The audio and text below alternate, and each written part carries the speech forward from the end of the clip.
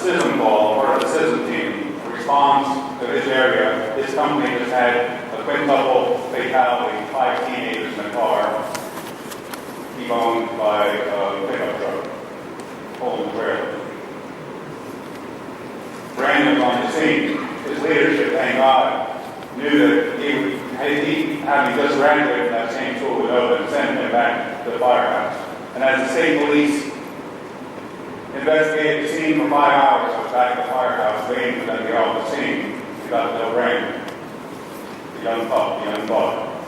Wanted to do everything, wanted to be there. Excited. Nowhere to go, but just a couple months later, as I was heading out of town, I got a call out again into this company. I said I could make it. But I called their chaplain, who had just been appointed right before that last time I met Brandon. I said, what's going on? He said, it's Brandon. He was on his way to a fire call, lost control of his vehicle, hit a tree and was ejected. How quickly it turns. For even the young bucks who are invincible, we think they'll live forever.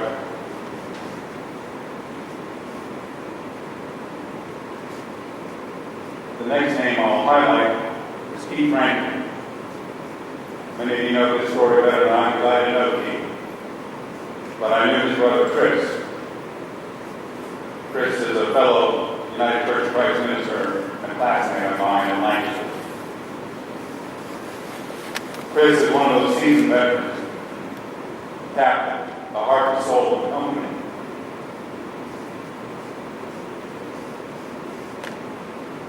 He died of a cardiac event while in a training event.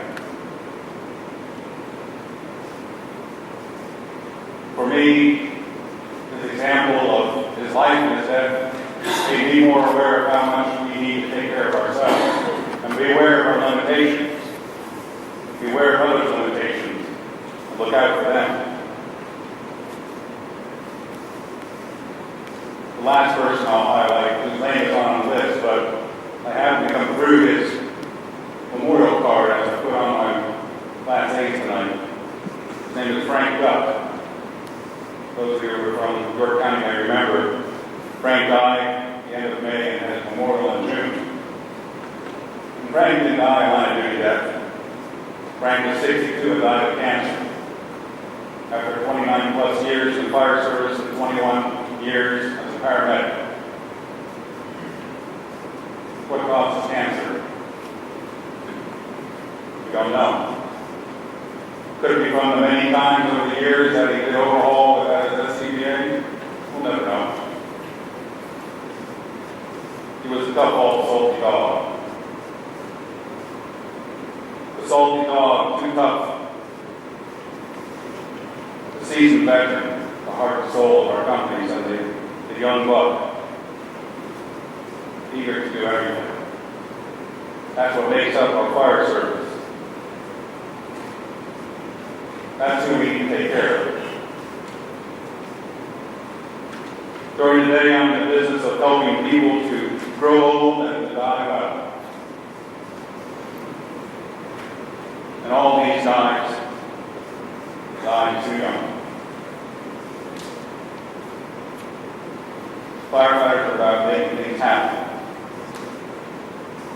making changes, making things right.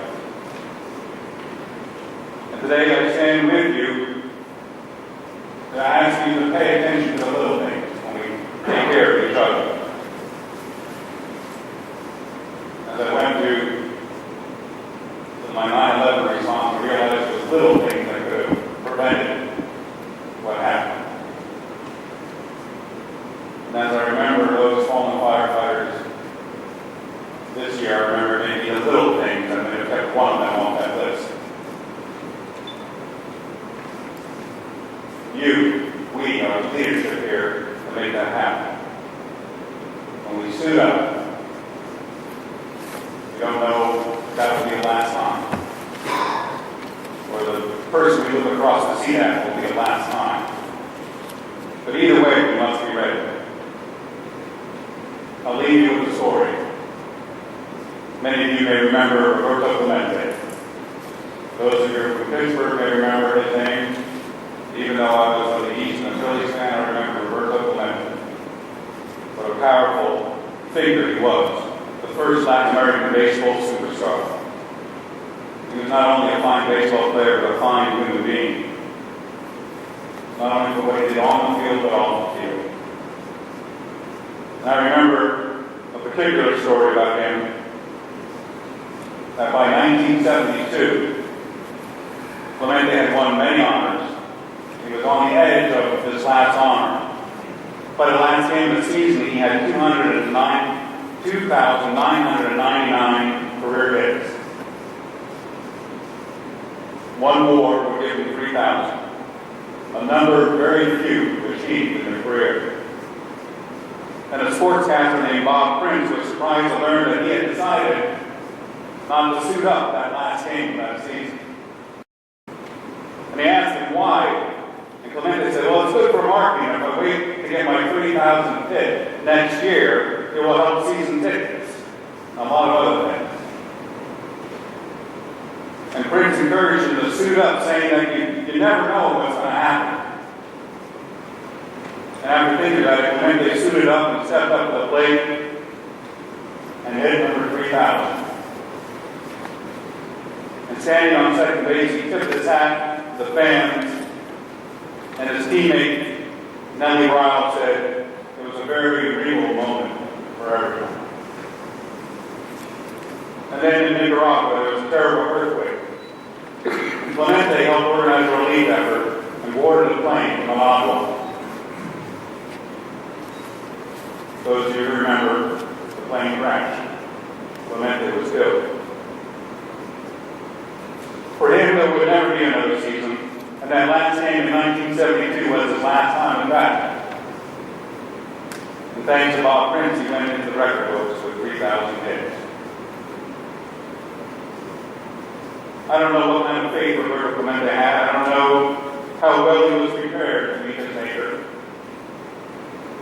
But one observation is at the time of his death, he was engaged in a mission of mercy, a heroic mission. He considered it more important to help the victims of that earthquake than to enjoy the pleasures of a sports hero. I hope that one day I am as well prepared when my time comes to meet my maker, or even to meet the challenges of the next fall, the next day. I hope you are as well prepared too.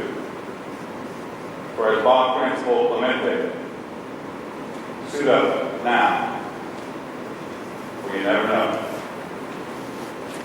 Amen.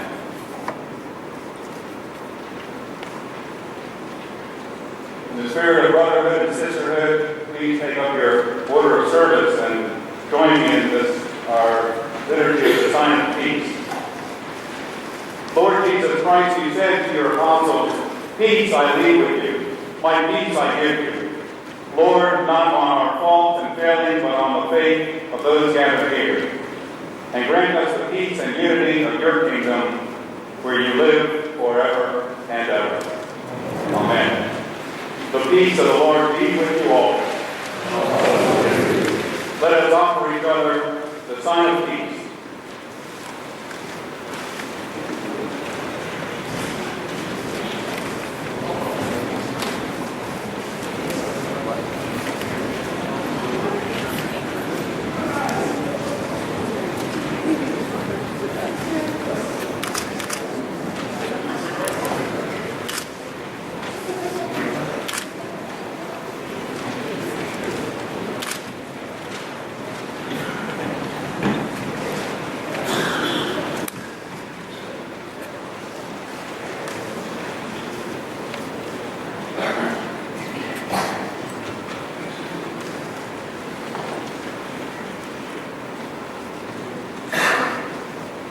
We're now going to do the roll call and pulling of the bell.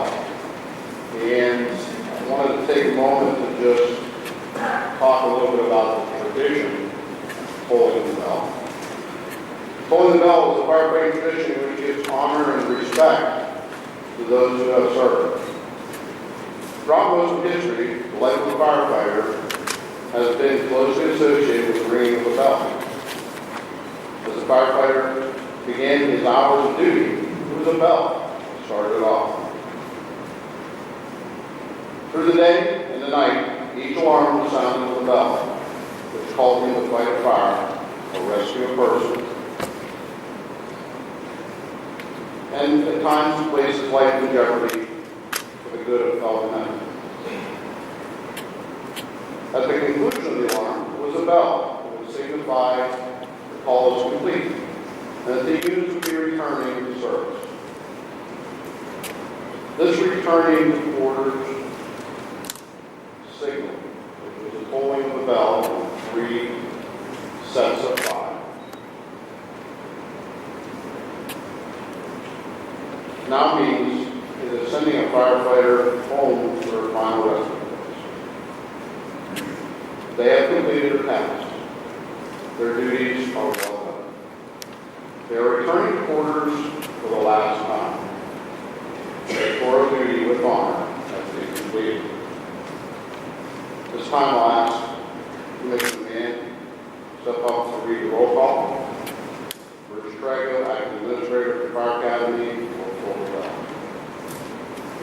Detail. Present all.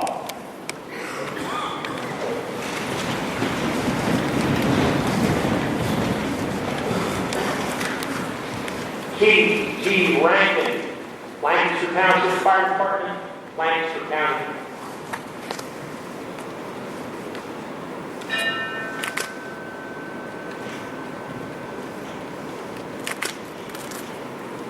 Edward Steffi, Rossville Volunteer Fire Company, Lancaster County.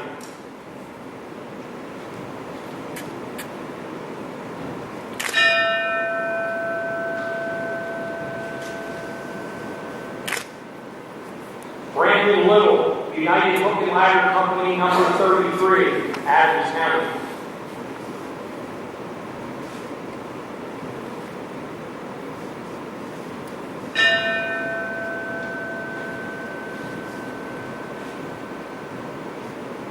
Walter C. Sumner, Cranesville Volunteer Fire Department, Erie County.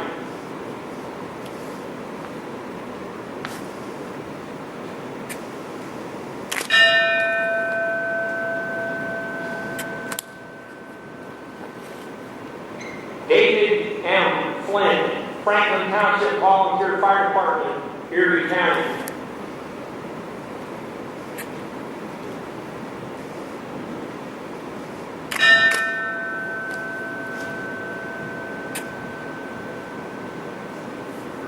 Daniel Sweeney, Philadelphia Fire Department, Philadelphia.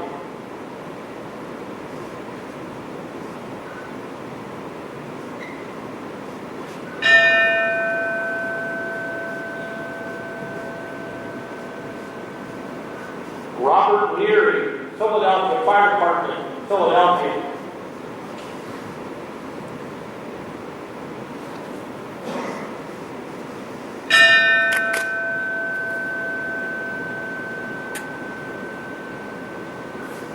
David Wentz, Bristol No. 1 Fire Company, Bucks County.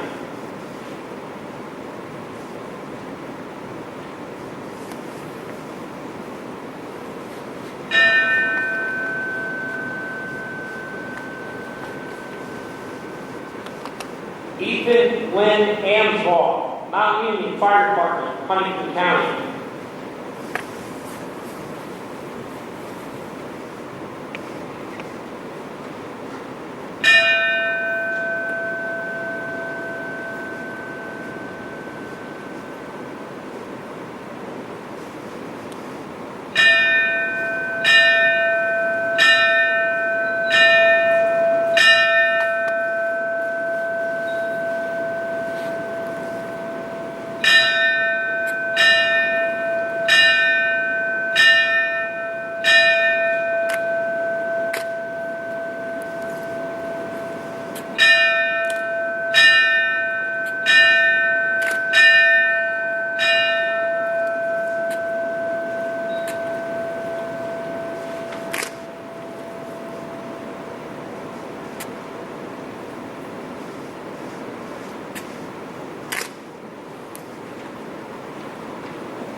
please take your seats?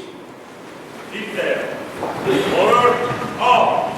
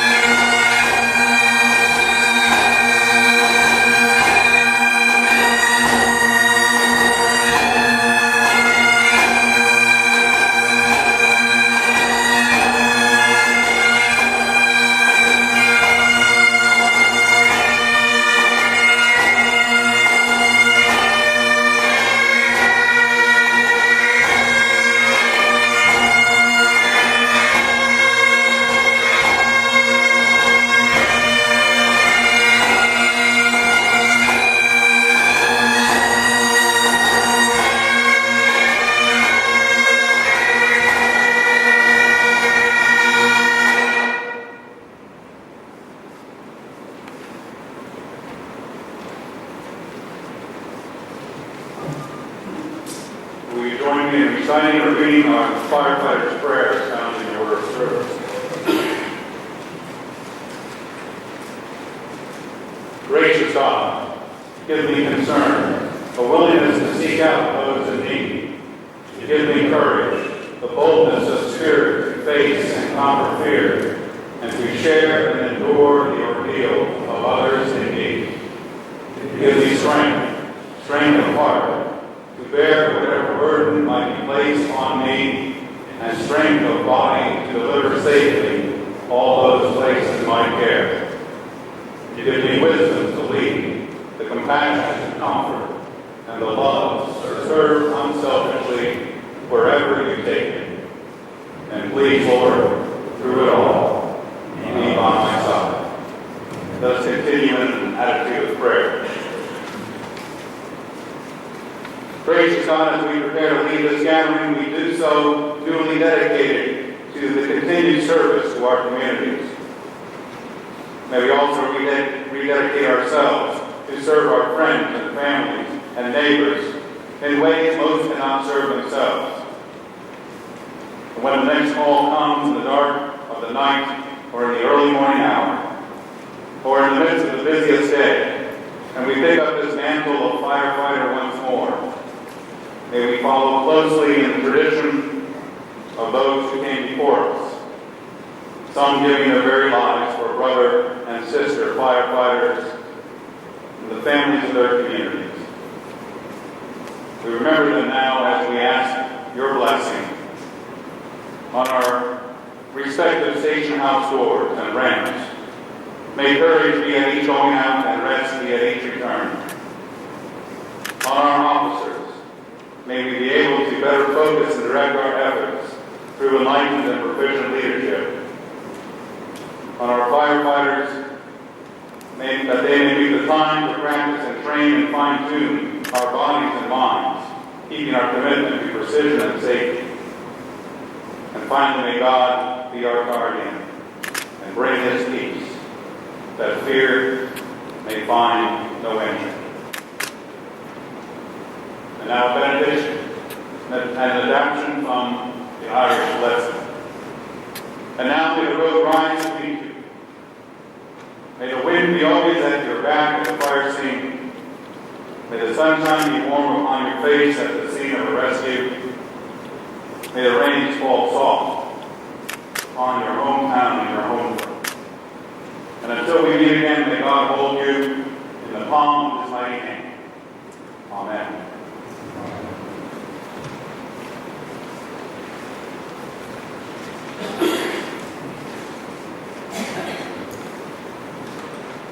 Okay, our memorial service now is going to move out to the National Memorial. We ask everyone to please follow the right hand out. When you get over by the memorial, please line up on each side of the brick walkway between where the honor guard is set up and the entrance to the memorial, where we do our laying of the wreath and also final pass. Please stand. Detail, stand up.